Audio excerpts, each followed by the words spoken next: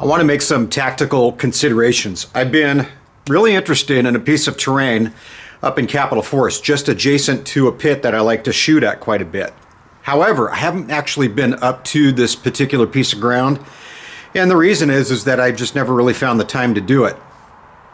You want to look at your capabilities and your limitations in terms of your physical capabilities, the amount of time that you have, and what are some of the limiting factors. Possibly the terrain, possibly time, could be your food. And you do this in order to create an economy within your efforts.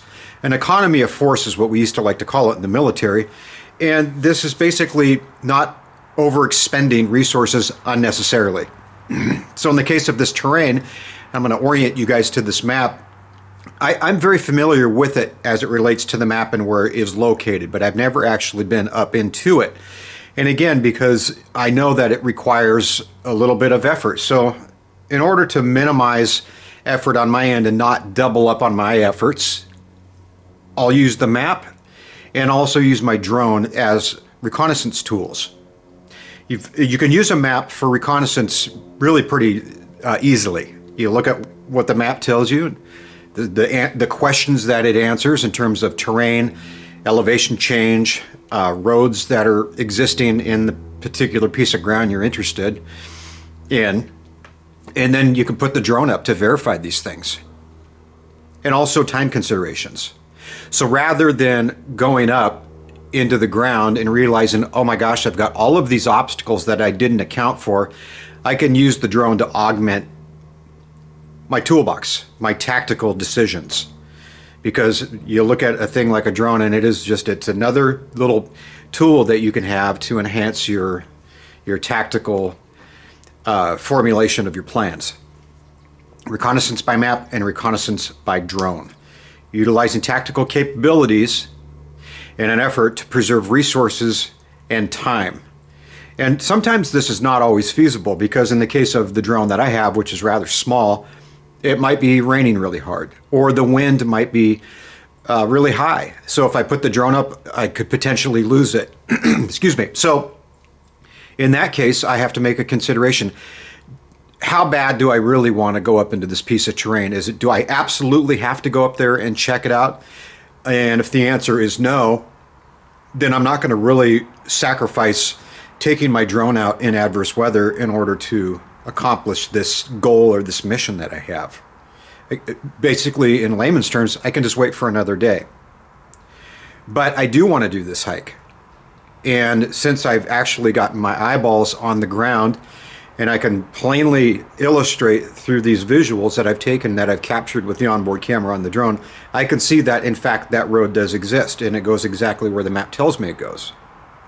And then I can fly the drone up to the objective and get my eyes on to see if there's any little potential problems that might be sitting in there that I could easily avoid. So if in fact, let's say for illustrative purposes, that piece of ground had nothing but barricades all along the little road and indications that they really don't want people in there, I could bypass it altogether, not worry about it.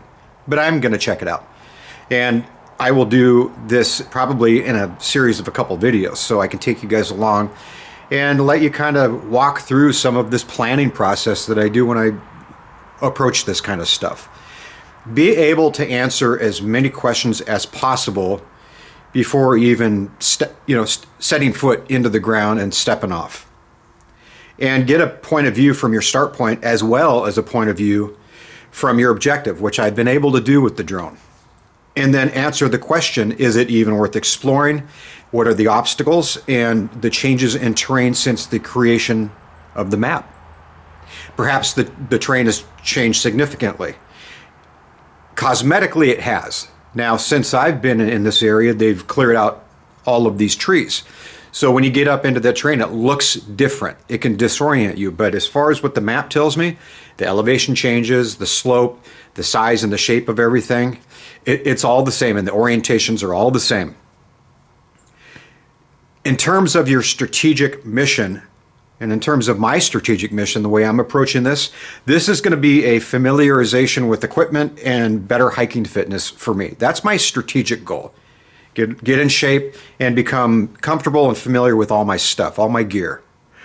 The operational mission is going into Capitol Forest and exploring terrain. That's my operational area that I want to look at stuff. And down at the tactical level, or my tactical mission, is explore the areas of interest utilizing the mission enhancing tools at your disposal. The drone, the map, the compass, maybe a pair of binos. Those are all little tactical elements that you take along with you in order to get you from point A to point B and then back again. So this will be the first part in maybe a couple videos that I'm going to do. I'm going to take you guys along, so stay tuned.